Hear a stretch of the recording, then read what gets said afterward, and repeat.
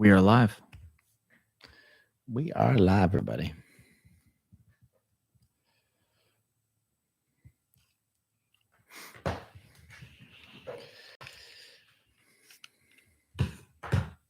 Welcome to the show, everybody.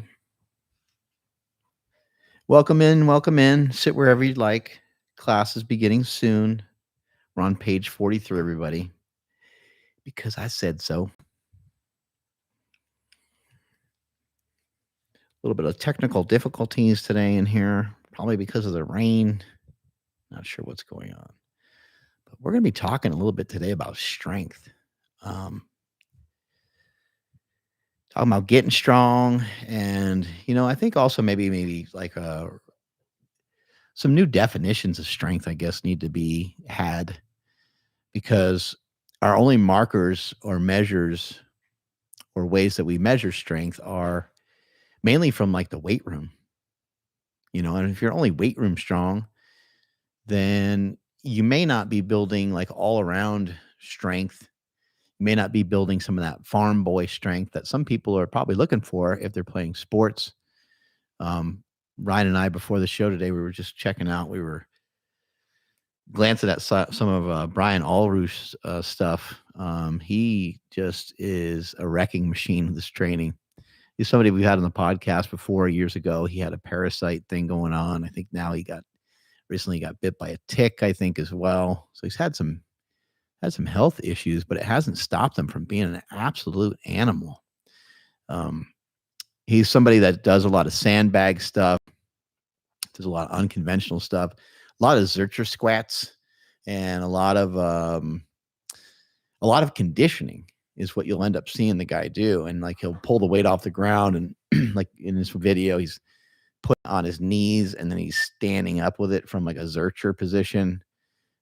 Just brutal. Like I don't really know how he came up with some of his training over the years, but he's been doing this stuff for a long time. Now we're seeing the popularity of it start to happen, and you're seeing myself and Nsima using these things more. But he'll drop down, do a burpee, then he'll throw a sandbag up on his shoulder, and then he'll do like a lunge, and you're just like, holy crap. But it's just, I think it's really neat to do these things. Hopefully you don't get into a situation where you really have to defend yourself or protect yourself. But, when somebody trains like this, it kind of makes you think that they're like training like tactically. And Brian also, former military and so forth. I mean, he's not going to be easy to deal with, kind of no matter what. But he has a lot of strength, and he's got some incredible conditioning. And check out his Instagram page. Show the guy a little love. He's got like almost 90,000 followers, but he should have like 900,000 followers with just what a badass he is. Some of the drills that he'll do, I see him doing, like he'll do a farmer's carry, one-handed farmer's carry, like a suitcase deadlift. And then when he goes the distance that he needs to go, he'll do like a burpee, and then he'll go back the other way with the other hand. And it's like simple, but seems fun. I think, like what I'm trying to do with my own training, like where I'm trying to go with my own training, is I want people, if people see me training, I got this weird itch on my back. If somebody sees me training, I want them to think that I'm like training for like collegiate wrestling or something. I want them to be like, what the hell are these guys doing?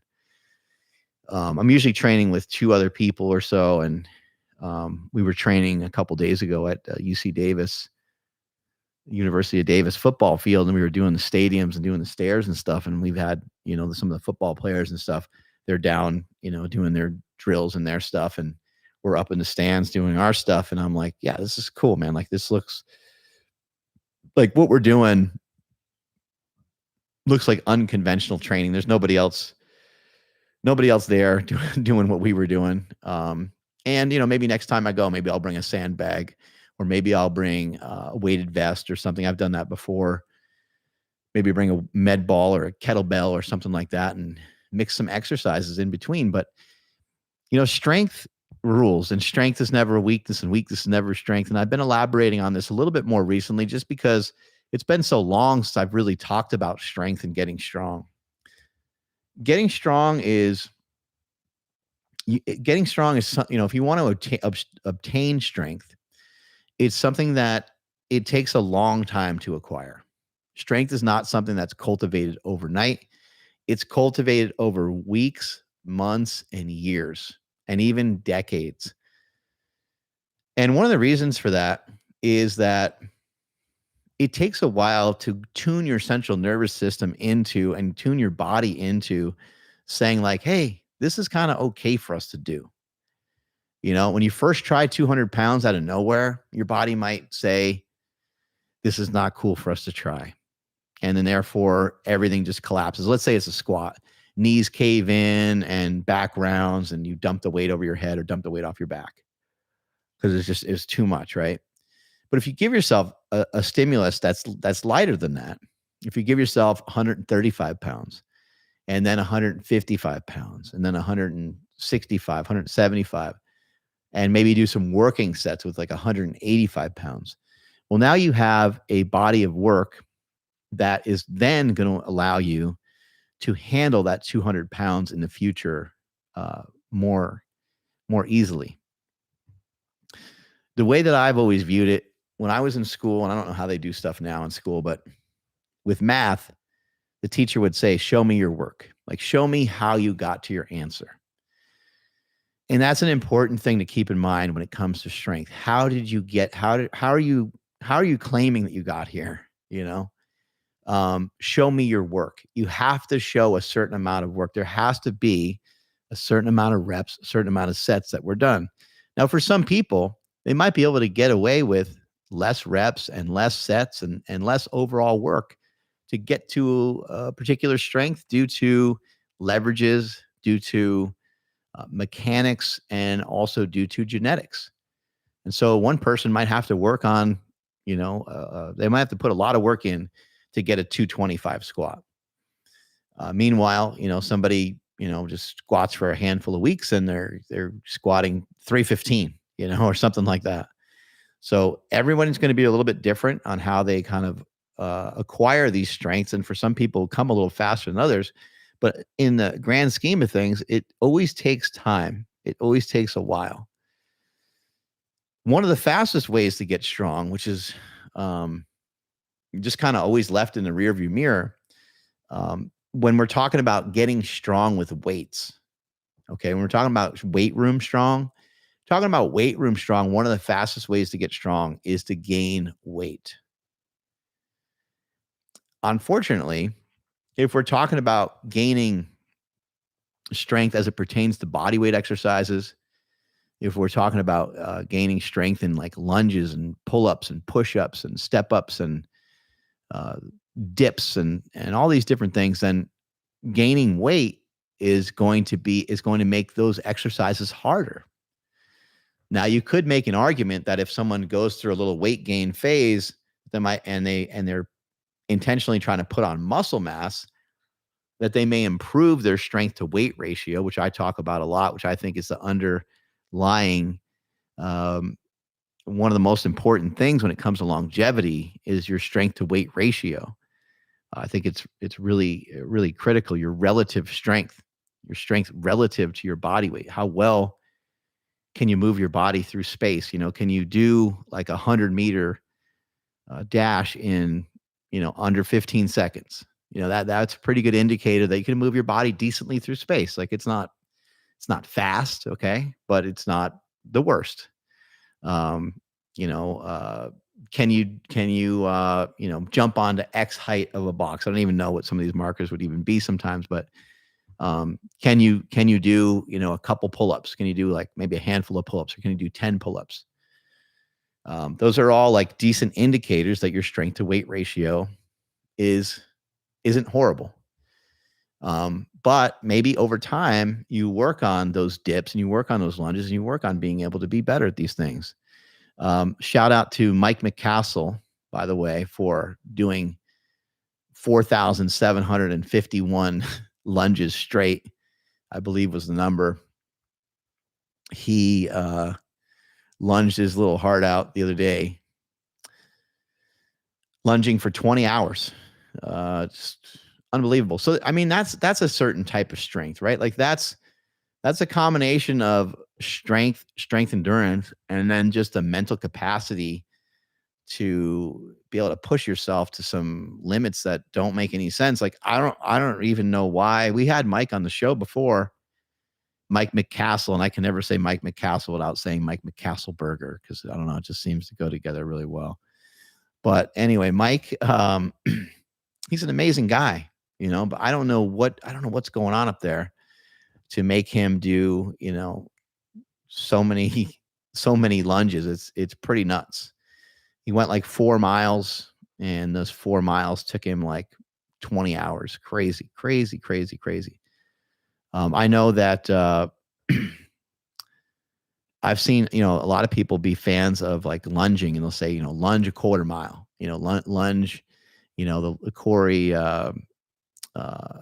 used to be from, shit, I forgot the name of both the things I was about to say.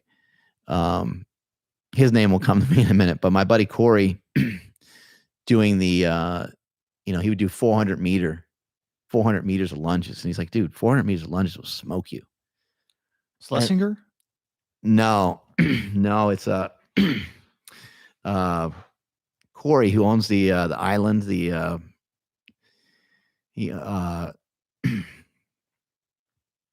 his name will come to me in a little bit, but yeah, anyway, a 400-meter lunge. I mean, that's a capacity, right? To be able to do something like that. It's pretty amazing. But there's so many different levels of strength, and there's, even like a sprint, we have to recognize as a form of strength. We have to recognize that speed, is a part of being strong. Somebody being able to be fast. Did you find it? Is it Corey G? Corey G. There we go. Yeah, I don't know, for some reason. I was talking to Corey Schlesinger earlier today, so I think my capacity for Corey's has been limited. But yeah, he's a big proponent of lunges, and when Corey G gets in good shape, that's what he does. He just like, I just double down on lunges. It's one of like his techniques. Some people use like the Stairmaster. He's just like, I'm just going to get out and lunge. And, people talk a lot about steps, but what about, let's start talking about amplifying the steps. Amplified walking I've made a few videos on amplified walking now. Walking with weight on your head, walking with weight on your shoulder, walking with weight on the side of you. These are all aspects of amplifying your walking, of stepping your walking up a little bit. But why not? Just why not? What would be the reason? Why not hit some lunges? I'm just thinking to myself, I'm going to start to hit some lunges on my walks. Why wouldn't I? Why wouldn't I just hit some lunges on my walks? Just a couple, and if I don't feel like it, I don't have to, but just throwing in, imagine you end up with a couple hundred. Yeah, there I am doing some amplified walks, carrying a 50-pound sandbag. You don't have to take it to these measures. You don't have to carry 50 pounds and 30 pounds and all this stuff with you, but maybe occasionally throw on a 15-pound vest or grab a 10-pound dumbbell and go for a walk. And just, it's a way, again, to amplify the walk. If you have like a dumbbell or kettlebell, you could be working on presses. You could be working on some side laterals. I found it also to be kind of cool, as you can see in this video where I got the 50-pounder. It's also just taking me away from my phone.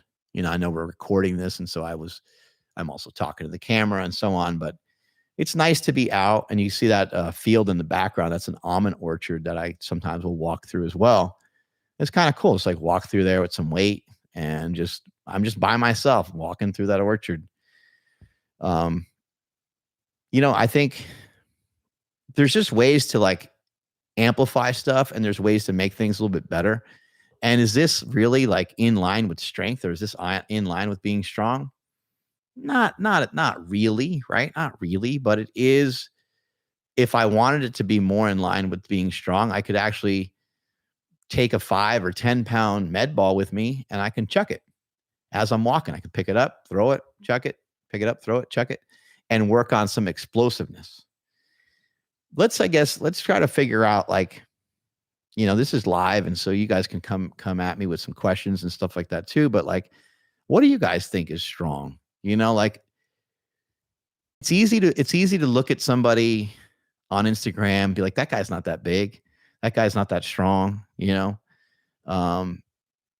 And other times you're like, wow, that guy is damn big and that guy's damn strong. But a lot of times the people that we say are big, a lot of times they're performance enhanced.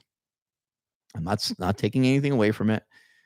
I'm performance enhanced as well. You guys know my story. I use anabolic steroids. I have since I was 25. And in this movie, Bigger, Stronger, Faster, I said I love steroids, probably be on and off them the rest of my life. It's probably a true statement still. Although I have been considering maybe coming off them for a little while just to sort of see what happens. But we'll kind of see what happens with that. I don't think I'll make any fanfare of it if I do. I think I'll just let you guys figure it out on your own. But anyway, most of the people that we consider to be big on the internet, most people that are like above 220, so many of them are using performance enhancing drugs or TRT. So that's our standard for like size, right? For a guy. Our standard for strength is pretty skewed because it's usually strength in the weight room. And it's also usually strength from either like a high level Olympic lifter or a high level power lifter. And now we're starting to see kind of these like mixed people that can do all kinds of mixed in terms of their background of CrossFit, powerlifting, bodybuilding, strongman, jiu-jitsu, wrestling, so on. And they're able to just do so much. They're able to do so many things and to exhibit strength in many, many different ways, but it's still a lot of times in the weight room. So one thing I think is underappreciated about Nsima is the fact that his strength, his speed, his agility, the strength in his hands, his grip, his technique, these things are, his ass is on the line for being on point with these things. And you see him doing the rope flow and you see him spinning and you see him, doing some things. Nsima is an absolute animal. He is a machine. He is a nightmare to deal with from a physical perspective. Now, Nsima at one time deadlifted 755. We can all agree, wow, like that's pretty awesome deadlift, right? Amongst powerlifters in his weight class, if he went to a national meet and competed in a drug-tested federation, which I believe him, he's a pro bodybuilder in a drug-tested federation as well. But if he went to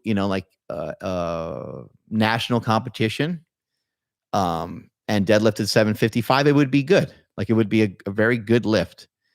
Would that beat everybody in his class for his weight? Probably not. His strength on the squat, his strength on the bench, he squatted like 655 or something like that. He benched right around 400 pounds. Where would his strength rank against some of those guys? Now, obviously, we'd have to give him a fair shot. He'd have to have opportunity to train for it for a while and all these things, right? And so maybe he'd get a little stronger.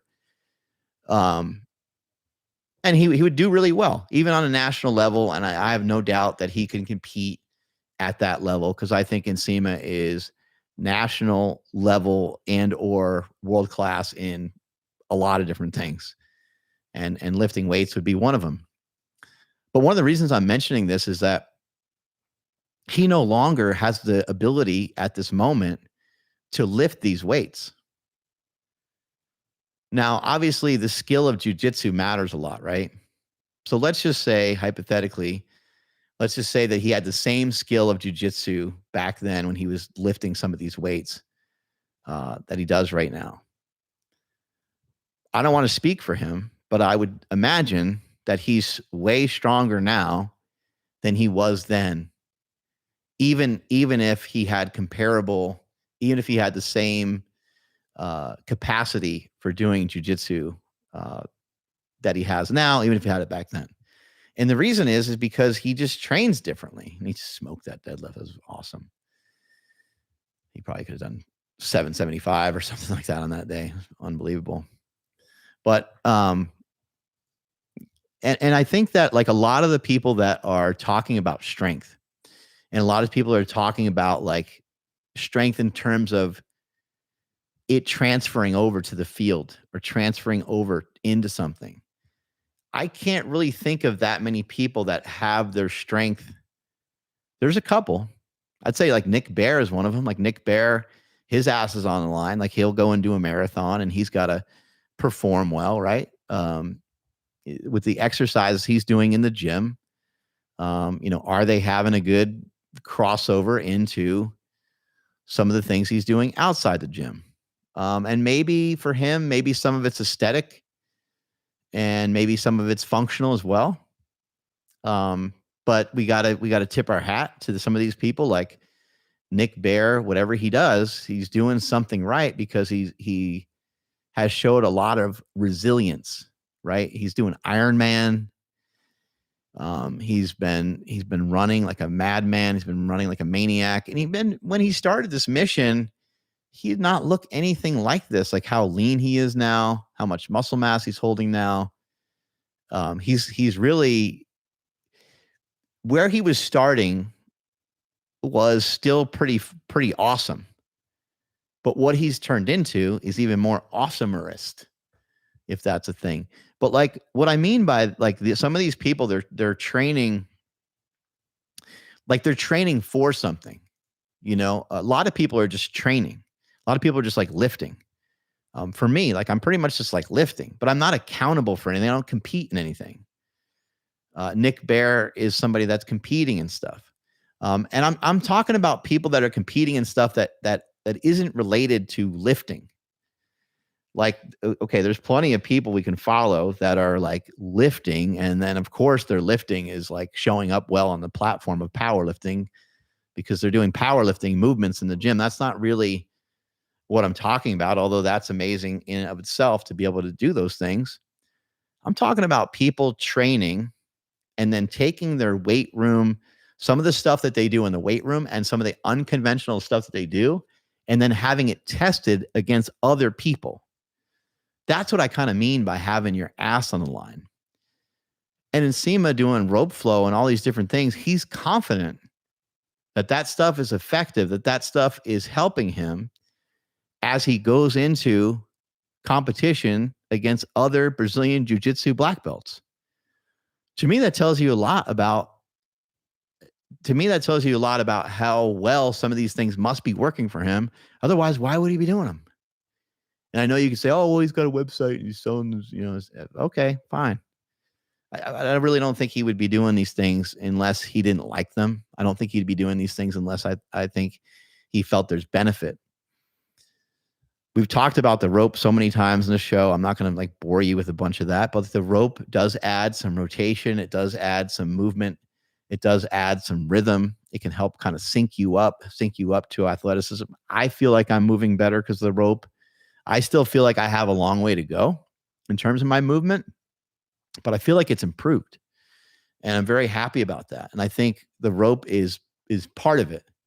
I have to probably have other interventions. I probably have to think even more so about this than maybe someone like Nsima, who already moves pretty well, because Nsima hasn't had nearly as much distance from his sports background as he had with weights. For me, like I stopped playing football, stopped professional wrestling at maybe 25, and then didn't do anything. I had probably a good 10-year gap or maybe more, 15-year gap between anything remotely athletic into unilateral, just powerlifting, bench squat, deadlift, bent over rows, overhead presses, tricep extensions and good mornings and RDLs and just those movements. They don't really scream athleticism, and a lot of them weren't. Even if I just would have done more bilateral stuff and would have mixed in some sandbag training and mixed in some med ball stuff and just some rotational work, would have probably really helped a lot. One thing is I was aware that my powerlifting career was going to come to an end at one point. And so there was at least one thing that I did to help me when I stopped powerlifting and helped me be able to transition into everything else. And that was simply just staying conditioned and staying in shape. Like I'm not, even to this day, like my conditioning isn't through the roof. I don't have like an amazing VO2 max, but I've always been like pushing the sled. I've always been doing some other things. And that made some of the transition a lot easier. Pushing a prowler, pushing a sled, pulling a sled forward, backwards, all those things. It's a very tiny amount of like extra conditioning work.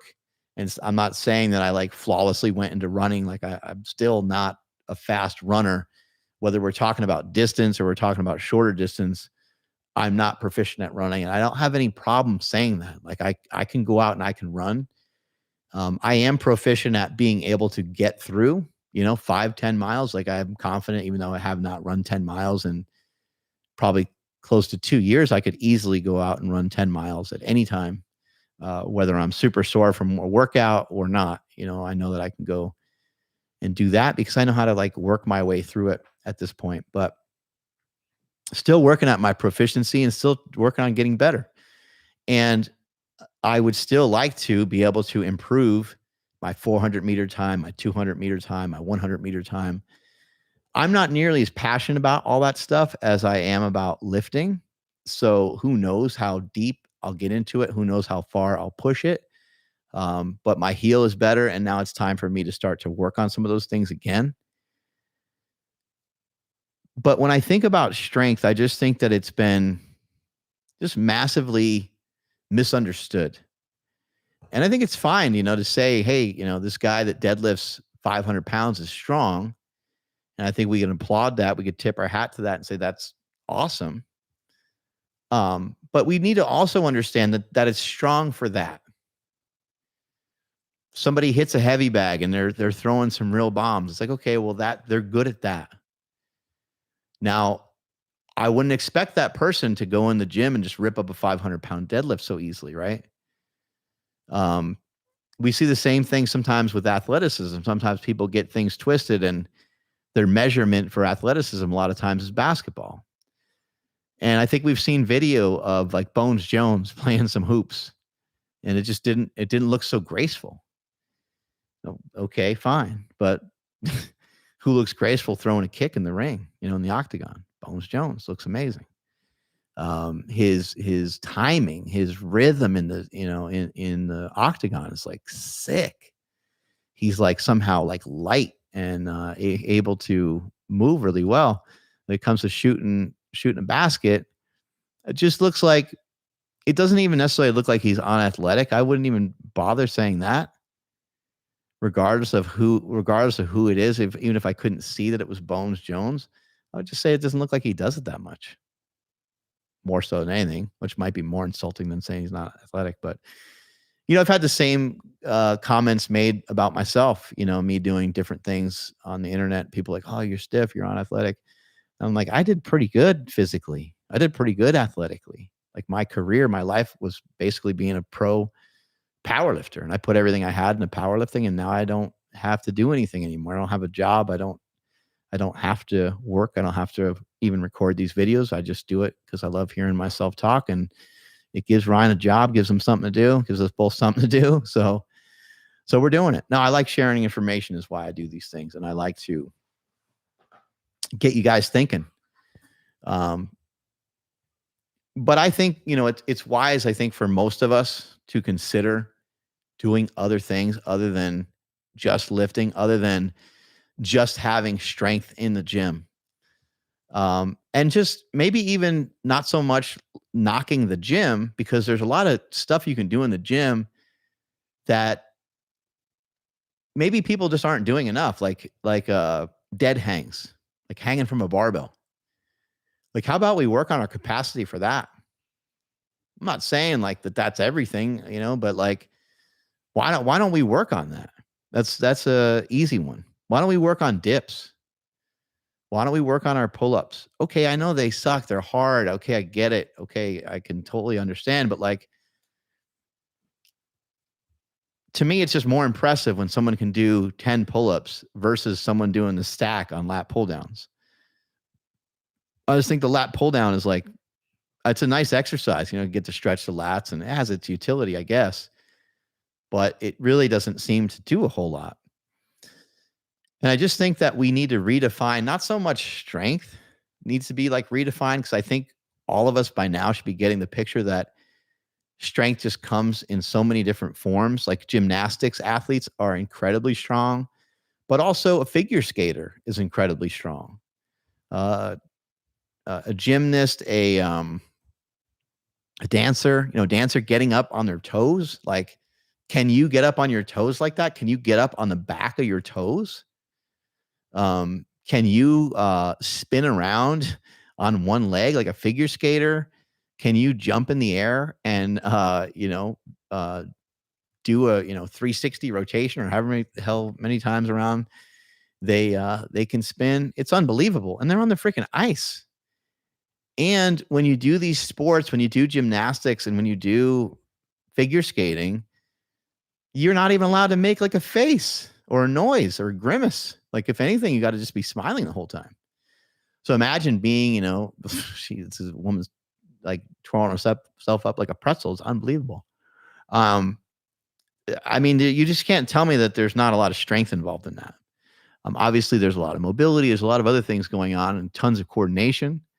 But there is also an element, like one of the reasons why I wouldn't be able to do, like, never mind that she's on the ice, right? Just say like, it's like, all right, put your leg out and, just squat to the ground. Like, I don't have the strength or capacity to do that. Like a pistol squat. I've never really tried them. I've never really messed with them before, but maybe it's time that I do. That's my point. It's like, maybe it's time that we kind of re-examine, like, what are we good at? And if you're like, if squat 1,000 pounds, then you should be able to do whatever you want with your legs, right? Like anything that's a leg challenge, and you have squatted 1,000 pounds in your life, you figure that you would have the capacity to do anything almost with your legs. But if you're unpracticed at it and you haven't worked at it before, it makes sense that you can't do it. And so while strength is such a huge component of so many things, I think we just need to look at it in multiple ways. And I think whenever we get the question of like, should I do this? Should I do that? Should I do this? I think it's a good idea to consider, well, maybe I should do all of it. Now, there's not always time to do all of it all the time. There's a saying, and I think it's by Buddy Morris, and he says, the best program is the one I'm currently not doing. And that's in reference to, well, hell, shit, there's only so much time. There's only so much time to like do a particular program, right? There's only so much time to like, I can't simultaneously work on 1 rep maxes while I'm simultaneously, doing this other thing that's complete opposite thing of this, right? Sometimes you can. I mean, you can like run and work on distance training, and you can do like heavier lifting, but there is gonna be an interference effect to some extent, to some point, on those things, and you can only do so much like lifting and so much exercising. Even just trying to think about like, say, like mobility of your shoulder. It might be good to really hone in and focus on 3 or 4 weeks of mobility of your shoulder. Go through like a routine, go through a series, right? And then that would lead you to the next thing and to the next thing and the next thing. Because again, the best program is the one you're currently not on, but you're also trying to Chad Wesley Smith everything. Chad Wesley Smith would say, you're trying to prepare yourself, prepare your body. Remember John Heck saying on the show as well, getting your tissues ready. Not your tissues because you're going to cry. You're getting your ligaments, tendons, muscles, you're getting your tissue ready for whatever's to come next. And that's what Chad Wesley Smith laid out really well with Chad has a lot of ebooks out and talks a lot about strength, and he squatted over 900 pounds. He's just super, super strong dude, pulled over 800 pounds, benched over 500 pounds.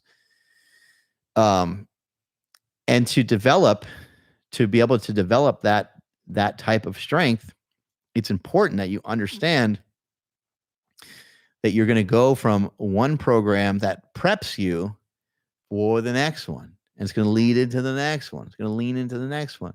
And it's going to keep leading you into, and bodybuilders do some similar things with their diet. They do similar things with their cardio. A bodybuilder might say, okay, I'm going to do 20 minutes 3 times a week of cardio. And I'm not going to reduce my calories in the beginning.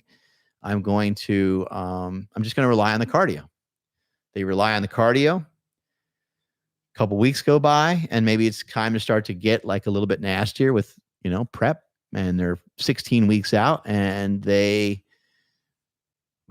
they lower their carbohydrate a little bit, right? And as the contest comes closer, they're going to like lower and maneuver things around. Maybe they start to bring their fats down a little bit. Maybe there's a part of their training where they train a little harder, so they actually bring their calories back up for a period of time, get a little bit bigger, and so on. And so this constant like wave of moving things around, and that's the way our training gets moved around a lot in a similar way. Again, because you can only, deadlift is a nice exercise, bench press is a nice exercise, squats, these are all nice exercises, they're cool, but you can't only do those, because you're going to wear yourself out if that's kind of all you ever do. And you're also going to be illiterate in some of the other areas that you're not working on from time to time. So if there's some questions coming through, we can hammer out some questions. We do not have any questions yet. What the as you're working on your strength, over the years, it can be frustrating. You'll find yourself getting stuck. And one of the best things you can do is to try to get some distance from the exercise that you're trying to get strong at. Sometimes it's technique, and sometimes there's more reasons to dive into the exercise even more.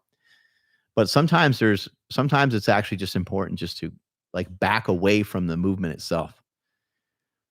So if you're really trying to improve, like I'm working on improving my sandbag lift and stone lifting, right? So I was messing around with some stones the other day. I'm messing around with some sandbags the other day. And I'm like, you know what? I just need to actually probably start to do a little bit of deadlifting. Now, I don't think I need a lot of deadlifting. I think even if I'm to deadlift, let's say 225 pounds, 45, 245s on each side.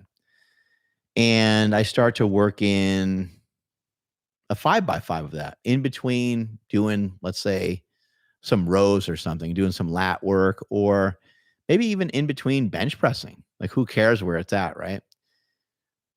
Just a 5x5 just to bring up some volume and to train the lower back. Well, that's 5 repetitions at 225 pounds for 5 sets. That's 25 total repetitions. Well, now when I go to lift up a 200-pound sandbag, that should start to get very easy, right? Maybe I do 5x5 one week, and the next week I do like 4x6, and the next week I do 3x7, and I'm still keeping the rep ranges similar, but I'm moving them around a little bit, doing a little bit more repetitions, less sets. I could also shift it around and do more sets and less repetition. I could do speed work, so that way when I go to pick the bag up, I'm not just picking it up, I'm attacking it. I'm going after it with everything that I have, and I'm moving very swiftly and very quickly. One of the things I always loved about Westside Barbell is that we did pay attention to like the firing of the central nervous system. And when you do box squats, when you do the speed bench, when you do the speed deadlifts, you're really thinking about just like going as fast as you possibly can on some of these movements. And you don't normally see that in strength training. You don't normally see that in the gym. You do see it in strength training circles of like the coaches, obviously the strength coaches that are teaching their guys and gals to, throw the medicine ball a very particular way. But we don't really see it practiced that much unless it's from like Olympic lifting. And in like powerlifting and in regular gym goer stuff, we don't really see them focusing on trying to move the weights fast. You can see me doing like a box squat with the safety squat bar back in the day with some chains on there. The chains help to accommodate resistance. The weights are heavier at the top. They're lighter at the bottom. And when you have the weights like this, you are really forced to try to move them fast. Otherwise, you run out of energy and you run out of luck very, very quickly. Behind me right there is big Jim Sheffield. And you can see Jim, like, he does not look like a cupcake or a snowflake, right? So one day, he looks like he's part of like a biker gang or something, right? Looks pretty rough and tumble dude. One day we're doing some squats at the original super training gym. And some of these specialty bars and stuff, they're no joke. Like they throw you off balance a little bit. And when you have bands or chains on there, it can be pretty hard too. The exercise we were doing for the day, we had a safety squat bar, like what I'm using there. And we had some bands on the bar. And the bands were like slightly pulling us forward. And we did that on purpose so it would round us over. And it would train our upper and mid back. And the weight started to get heavy, and I started to kind of shake. And I think we had like maybe 4 plates on there and a band. So the band was making it closer to 600 pounds probably at the top.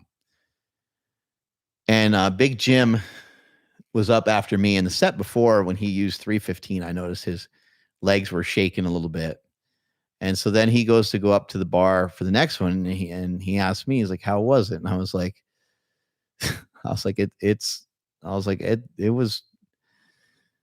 it wasn't that bad. I was trying to figure out like, what's the best way to answer him to like, sort of get him to do the movement. I didn't want him to be like, oh, let's take the plate off and let's, try something lighter or anything. I just wanted him to like go for it. So I was like, it wasn't that bad, but it was bad. It was really hard. It was really, really difficult. And so then Jim goes up to the bar and he unracks it. And get ready for your ears here for a second. So he unracks the weight, and the second he unracks it and it comes out of the hooks of the monolift, it goes, ah!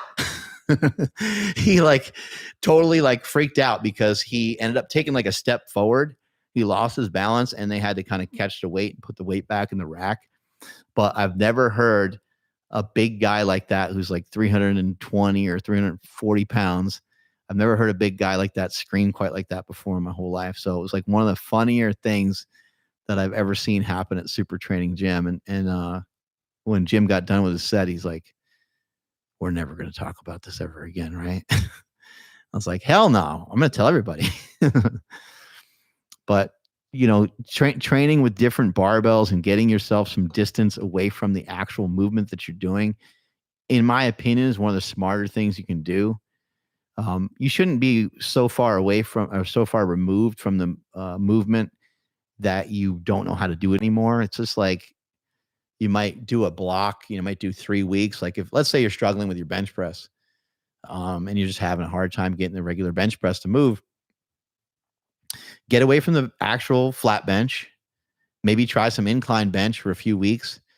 Maybe after that, do some floor press for a few weeks. And in the meantime, you're still doing some like dumbbell bench, flat dumbbell bench or something like that. So you're still keeping it, keeping in some representation of a very, very similar movement. But you're intentionally utilizing some different exercises to be able to get you through some of the plateaus that you're having and that you're struggling with on the regular bench press, because there's somewhere in the strength curve where you're not as strong as you need to be to lock those weights out. And if you start to attack it from different angles, you start doing close grip bench press, or you start doing incline bench press, and you start doing floor presses, and you start to use a little bit of band, a little bit of chain. Now you're changing the force, and you're changing where the you're changing the strength curve is what I'm trying to spit out right here. Especially by utilizing bands and chains, but you're also changing the strength curve a little bit when you utilize a different bar.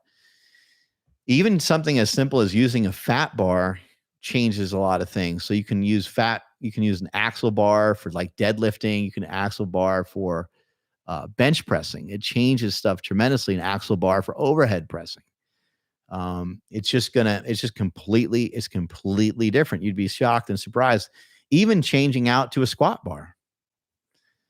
Doing some of your bench pressing for a few weeks with the squat bar and then going back to a regular bar, the regular bar will feel like a toothpick. And it'll feel a lot easier. We used to do all kinds of tricks and stuff on ourselves at super training. Like we used to use a squat bar, excuse me. And I used to just pretend it was a 45-pound bar, but it was actually like a 60-pound bar. And so that just kind of snuck a little extra weight on there. We also used to put like 5s on each side, and the 5-pound plates would just be on there the whole time.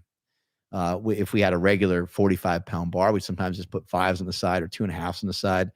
So now, the bar, instead of being, 45 pounds, is now 50 or 55 pounds. And you're still just counting it. You're not counting that extra weight on there, or you just sort of forget about it. It wasn't like we were really trying to account for it or to really trick ourselves that much, but we were just like trying to figure out a way to like using something a little heavier. Sometimes, here's a really awesome trick. This works really, really well. It doesn't work all the time, but damn near close to it. When somebody makes a lift, then, and when someone makes a lift, let's say they benched, I don't know, 365, and they did it pretty well. Like they didn't smash it, but they did it well. And they're like, hey, what should I go up to? You say, okay, don't even look at the weight. I'm going to handle it. That works amazingly well. When people don't see it, then they get up off the bench and they look and they go, oh shit.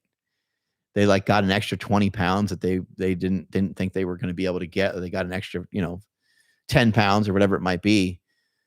But making that call for somebody else is easier than then trying to make the call themselves. But in addition to that,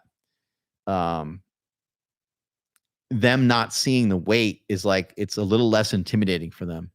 Especially sometimes, like when someone goes up a whole plate, it can be like demoralizing. I've seen people miss 405 so many times in the gym. I've seen people miss, 495 so many times in the gym, because that means that you're putting on an extra full plate. An extra full plate goes on there. It just scares the shit out of people. And you have to figure out ways to get around that and ways to get over that. And we got over that too with kilo plates, because that changes everything too. Because now you're dealing with, 55-pound plates and 22-pound plates and 33-pound plates and shit like that. And it's just different. And it's hard to do the math, but you kind of know, you're like, okay, red is this, represents like this amount of weight ish. And that represents this amount of weight. I actually ended up trying a 625 raw bench press and tore my pec with it, or maybe it was 615, because of a combination of regular plates and kilo plates, and we messed up. We thought it was like 600 or 605 or something, and it was ended up being like 615, and I got hurt doing that in a training session one time. Sometimes you're being too cute, being too fancy, and you mess yourself up as a result. But that what sucked about that is like that could have been that was probably my chance to hit a 600-pound raw bench was at that moment, because I was never quite that strong raw again, because like when you compete, like I competed in a bench shirt and benched 854 in a bench shirt and benched 578 raw. And when you get used to training in a bench shirt, it makes it so it's difficult to do your, really, really heavy raw benches. So you have to get used to whatever it is that you're about to do. And you have to train specifically for it. And so for a little while I was training raw just to kind of like build my raw bench up a little bit. And yeah, I built up a lot of strength. I remember doing like 555, I think, for 2 or 3. I remember doing, I was just like hitting my stride with a lot of stuff, and everything was just kind of syncing up perfectly. But then once you get hurt, it really kind of throws throws you back for a loop. Yeah, here's 555 for a double. So this was actually in a pursuit of a 600-pound bench, which I again tore my pec with at one of Jesse Burdick's meets. This one, I think I just didn't quite have enough. I just didn't have quite enough strength, but I didn't have quite enough prep. I think I could have used I don't know. I think I could have used like another month or so. I did build up a lot of strength, but realistically, for me to bench 600, I needed to bench 555 for a triple pretty easy. And you can see here, I do it for a double, and it's not that hard, but I don't think I would have been good for 3. I did do like a 575 bench in the gym. I think maybe the next week or something like that. And I think I did it pretty easy. But yeah, looking back at it, I just probably needed a little bit more work or a little bit more time. But shit, man, what do they say? Everything happens for a reason, right? Who the hell knows why? But I actually think it's kind of cool to put everything you have into something and then still coming up short. I think it's sort of healthy in a way. Cause I wanted to bench 800 pounds. I benched 800 pounds. I wanted an official 500-pound bench, and I benched 500 pounds. I wanted an official 550-pound bench, and I did that. And then as I kept asking and striving for more, I missed out on some stuff. I missed out on an 1,100-pound squat. I squatted 1,080. I missed out on a 800-pound deadlift. My best deadlift is 766. So it's like, it's kind of cool. Like you work at stuff as hard as you possibly can. You go for it as much as you can, and it doesn't always work out. When it comes to getting strong, and you're just thinking about getting strong in the gym, there's so many places to turn. I recommend to people all the time 531 from Jim Wendler. Jim Wendler also has programs where it goes beyond just him talking about strength in the weight room, because Jim is a former fullback for Arizona, I believe, in college, whatever the Arizona team is in the I can't think of the name of that team, Wildcats or something like that, or maybe Arizona State. Whatever the case is, he's an advocate for people, keeping their athleticism and staying athletic. And one of the things that he used to say is to athlete the lower body and to bodybuild and make jacked the upper body, which I think is kind of a cool quote. But yeah, Jim has programs where it's more than just, 531 lifting. It's 531, but it's also like for football or for wrestling. And he has, a little bit of programming in there for, how you get faster, and there's drills in there, and there's so I think like some of these things are good places for people to check things out, because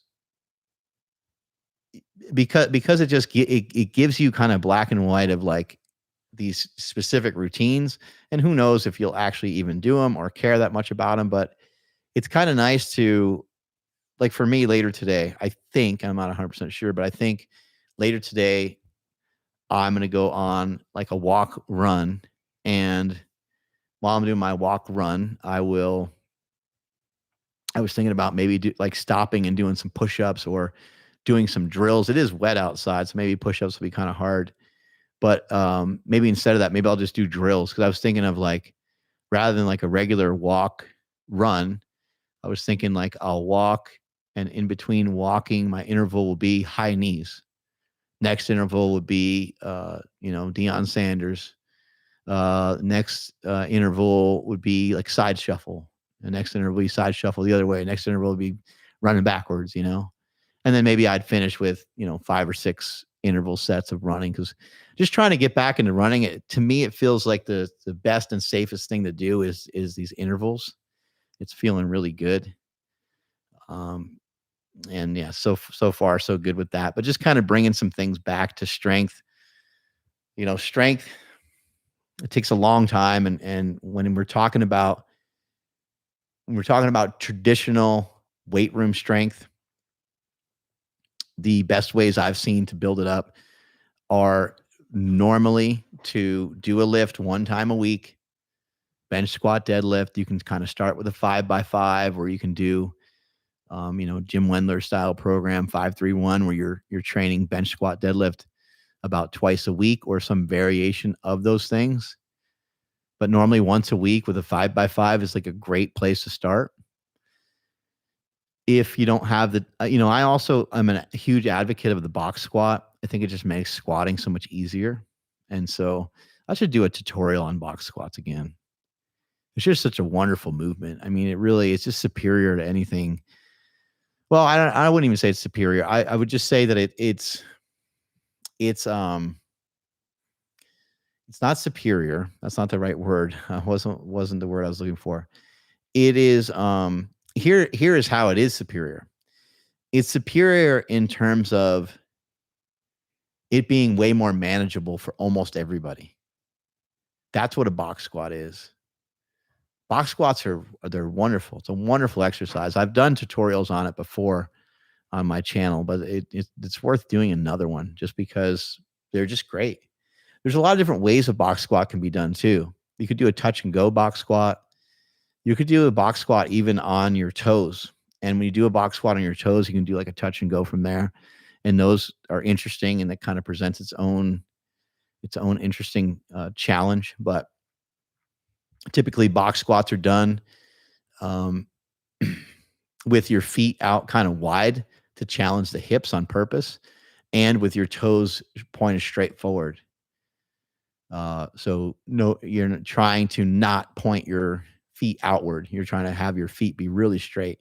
And the reason for that is you're trying to really tap into the hips. You're trying to really get into like the nastiness of the hips. You want almost like you want your internal rotation like locked up on purpose, and then you want to like work your way through it, which kind of sounds like it hurts, and it sort of does.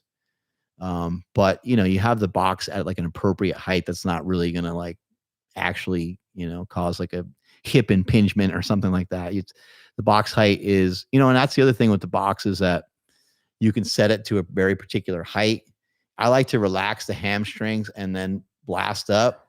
I also like to rock and arch a little bit as I get into a box squat. Huge advantage of a box squat also is that you don't have to get into your knees at all. So it's an amazing exercise just to completely, the whole knees over toes thing. This is the opposite of that. This is knees behind your heels. That's my Instagram. Knees behind the heels. Yeah, knees over heels, we'll call it. See how the knees are like, okay, they're still forward. Whoa, I almost died. I remember that sucker. That was like fucking 800 pounds of chains or something. Yeah, it was stupid. But even to be even dumber, you might as well just try it again. We have some questions that have come in. What does this say? Holy fuck.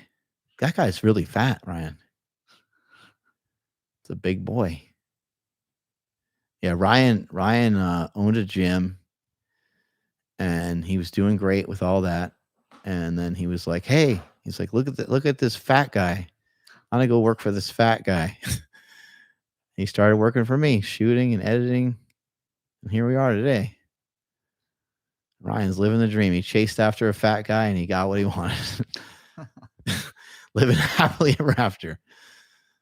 What do we got? We got questions? Yeah. So first question is from Fly In and Out. It says, how do you refocus your energy and goals as an older lifter when the desire to be what you want, to be what you were is there mentally, but physically just isn't going to happen anymore?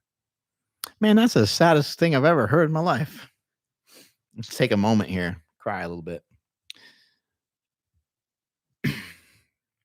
I'm not sure how old you are, sir.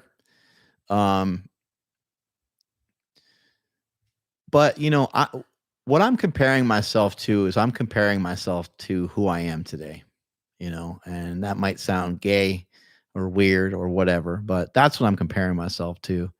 I'm comparing myself. I'm not comparing myself to who I was yesterday. I am such a better person in so many different ways than I was years ago. And I am like, I'm way more powerful in a lot of different ways. But yeah, when it comes to the weight room and it comes to like, loading up a box squat, like I can't load up a box squat the same way that I did years ago, but I can get a similar sensation. And so for me, I'm chasing after some of the sensations. I'm chasing after um, some of the feeling of, hitting heavy weights. But yeah, I'm not, for me, I was very fortunate. I like literally pushed my lifts as far as I possibly could. And I have some friends that they didn't get that same opportunity. They didn't get that same chance. Um, I have some friends that they were like busy with like other stuff. They couldn't really do it the way I was doing it because I was just in a fortunate position where I could spend almost the whole day every day trying to figure out how to get better. And once I started to do that, the results started to come like crazy, but I also achieved and hit like most of the stuff. So um I'm not Tom Brady necessarily. I'm not the GOAT like that, but I did do almost everything I wanted to do. I mentioned earlier, there's a couple things that like I missed, but uh, I'm not still striving for that. Um, I think it's a reinterpretation is the word I'm looking for. I mean, that's one of my favorite terms. Reinterpretation. You got to reinterpret really everything. Um, the way your marriage is when you're in your 20s is going to be different than the way your marriage is when you're in your 40s and when you're in your 50s and 60s and 70s and when you're in your 80s it's like you and your spouse are probably more friends than anything like or at least hopefully like hopefully that you're able to keep something together but like what I'm saying, it's like the dynamics of everything just changed so much, right? And the dynamics of you in the weight room, they're just different, and it's just come to grips with it. I don't think there's any big sob story about like what are you sad about? Like you can still leg press, but you're leg pressing a plate less. Like I'm not feeling sorry for you, dude. Like I don't think you should feel sorry for yourself. And you're asking about where the motivation had come from. Well, the motivation is to, push aging back to the deepest, darkest recesses of hell and just try to, give it everything you got every day, the best you can. Why not? I have that speech about, the fuck your elbow speech and where I talk about, we're all heading towards pain. We're all going to so you might already be in pain. You might already be sore and tired, but you may as well just push. What I want to encourage you to do, and everybody that's listening right now, is every time that you work out, every time you have like a main planned training session, I guess you'd say, I want you to do one thing that's really difficult every time. And I want you to like make it up. So let's say I go to work out tonight. Okay, it's raining out, blah, blah, blah. I've been working all day. Maybe I missed a meal or two or whatever. Sob story, sob story, sob story. What am I going to go to the gym and do like right off the bat? Like, what am I going to do that's like difficult? Like if you send a signal to yourself that the first thing that you do is going to be pretty damn hard, then you're sending a signal to yourself like, all right, dude, if you're not ready, then you should be because we just smacked you right in the face. But what you do does not have to be like complicated. You can grab a 45-pound plate. You could put it up over your head and you can walk around with it up over your head for as long as you can handle. When you fatigue from there, you can then take the 45-pound plate and have it out in front of you, not arms stiff, but just out in front of you, elbows bent 90 degrees. Walk around with it as long as you can like that until it has to hit your body. Then rest it on your body. Walk with it around like that for as long as you can. Put the damn thing back in the rack and you will be ready to rock. You're like, holy shit, man. Maybe you decide, hey, you know what? I could use another one of those. And maybe you rest, 2 minutes and do another one. But like they say this in football, like everyone feels better after like the first hit. There's some like big hit that happens on a kickoff or something, and it sort of mellows everybody out. They calm down a bit. Do that to yourself. Just smash the shit out of yourself right when you walk in. Not sure what to do. Just make something up. Like grab a dumbbell and, grab a 20-pound dumbbell and do 80 reps of a one arm row, or 100 reps of a one arm row on your right side, 100 reps, one arm row, left side. Just like totally just annihilate yourself. Just bring it, just do something wacky, something different.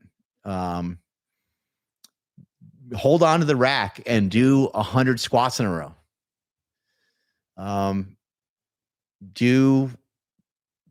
Set a timer on your phone and lunge for 5 minutes straight. Set a timer on your phone and jump, just like little tiny jumps, jump in place. And you might be thinking, well, what does this have to do with my question? Well, it has everything to do with your question, because this will set you up to be fired up to get through the rest of your lifting for the day. So this is the way I do stuff. And like, I'm just, there's no way I could do the stuff that I'm doing right now. Years ago, like I just wouldn't be able to. Now there's some things I'd be able to do heavier, but I would need so much more time to recover from them. Like, so get yourself, if you can't lift as much, then figure out ways of like being better. Like, what are some other ways you can be better? Like, can you be in better shape? Can you be in better condition? Can you get the same amount of work done in like 3/4 or half the amount of time? I bet you could. Start to really figure that shit out. I'm just like, yeah, I mean, I'm not trying to like blast you, but I'm thinking to myself, like, man, I'm so far beyond what I was. Like, I can't even come close to thinking that like, oh my God, I'm so much weaker than I used to be. That is not in my head at all. Like, I don't believe that at all. Like, okay, yes, I am. If we go, dollar for dollar on the bench press, squat, and deadlift, okay. But I don't care, because I'm like so much better everywhere else. I mean, my mind feels sharper. My body looks better. That's the other thing, is like, can't concentrate on strength, get ripped. Like, there's a lot of guys who've been lifting for many years and they just kind of look like puffy. And they just don't really look like they lift, like just look like you lift more. Like, just get yourself ripped, get yourself shredded, get yourself motivated, drop weight, get better at running. You lift like a pussy now, then go learn how to move differently doing something else. Next question. All right. Sean Wanzer says, if you were still in the part of your journey where you needed to get stronger, would you just adjust the accessory movements away from the traditional and include bags and stones, etc., as accessories? Amen. That's it, man. Well said. And also just go through some phases of like, oh, I'm going to move around these sandbags, and they're just the sandbags and stuff like that. If you're full on power lifter, they are like more like off season work. Those are things that you would probably be doing when the competition isn't 4 weeks away. If you're just kind of talking more general programming, yeah, I agree with you. I think that's great. Just, shift them around as assistance movements. Your sandbag work could replace your RDLs. It doesn't replace them forever, but it just replaces them for a period of time as you're working on them. That actually would make for a great video. If I could do it all over again, I'd do it this way. I think the easiest way to answer this is, if I could do it all over again, I would just make sure that there was a lot more unilateral movement. That's it. So simple. Last night I did some bench pressing, and I was doing some dumbbell bench pressing. And what I've been mainly doing with dumbbell bench pressing, not all the time, but most of the time, I've been doing one at a time, one arm at a time. And I get like a little bit of a twist in there, and I kind of let my body like shift. Sometimes my feet are up too, and then it's kind of like a balance coordination thing. But I went with the 80s for set number 1. Then I went to the hundreds, and then I went to 110, which I haven't handled 110-pound dumbbells in a while. And I was just boom, boom, boom, boom, boom. I did like maybe, I think, how many reps did I get? I think with the hundreds, I did 10 reps per side. With the 110s, I think I did like 8 reps per side. So I did like 16 or 17 reps or something like that.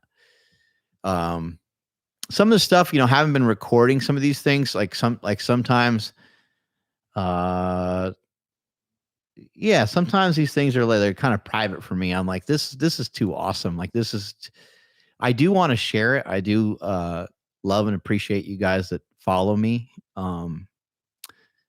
And I do authentically mean that. I really do. Like, you guys have made a big difference in my life in so many different ways and enhanced my life in so many different ways. But there's some stuff where I'm like, this is for me. And it just feels too good. Like, I remember one day I was trying to take a picture, and it wasn't of me and it wasn't of my wife, but I was with my wife, and I was trying to take a picture of the moon. And the moon just looked gnarly, but I couldn't get a picture on my phone. And my wife just like kind of grabbed my phone, like kind of pushed it down. She's like, some things aren't meant to take a picture of. I was just like, God damn, you're right. And I just stood there. I just stared at the moon. I'm like, holy shit, this looks so awesome. But you can't capture it. Sometimes you can't always capture everything. So I'm not always like recording everything. But anyway, if I had to do it all over again, a lot of unilateral stuff. And also, like, I think a little bit of jumping and some rotational work. I don't think you need to like do a ton of jumping, but I think jumping is incredible. And it's incredible. Like sprinting's kind of like jumping to some extent, but jumping just has that elastic component to it. And it has that component to it of you have to manage yourself hitting the ground. I also think that jumping can be a lot of fun.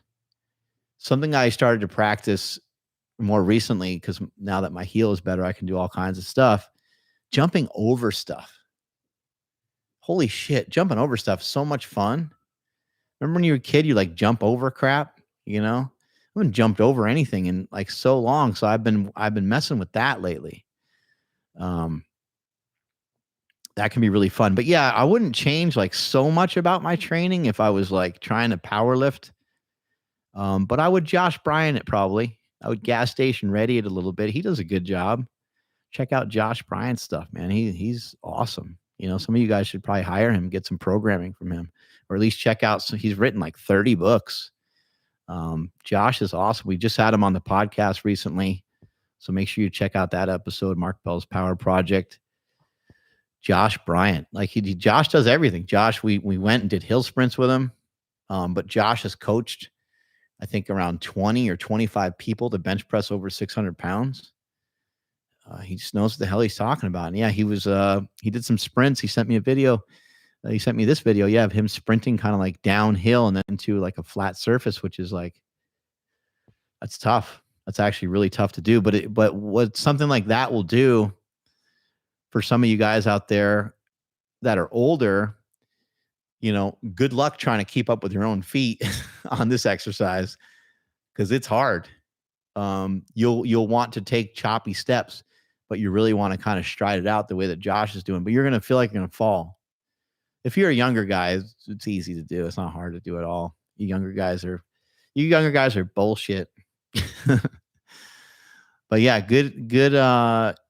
That's good intuition, the way that you wanted to program that. So there you go. Brian Bacon says, what are your personal favorite variations of bench or accessories to get stronger on the bench?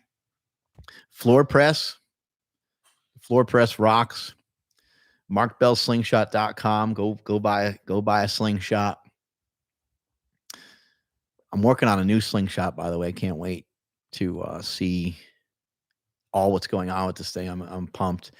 But yeah, the slingshot, a good starter slingshot is probably the Probably the full bore slingshot. I always like the way that one fits, probably the best, or the money shot. The money shot's a little stronger than the full bore.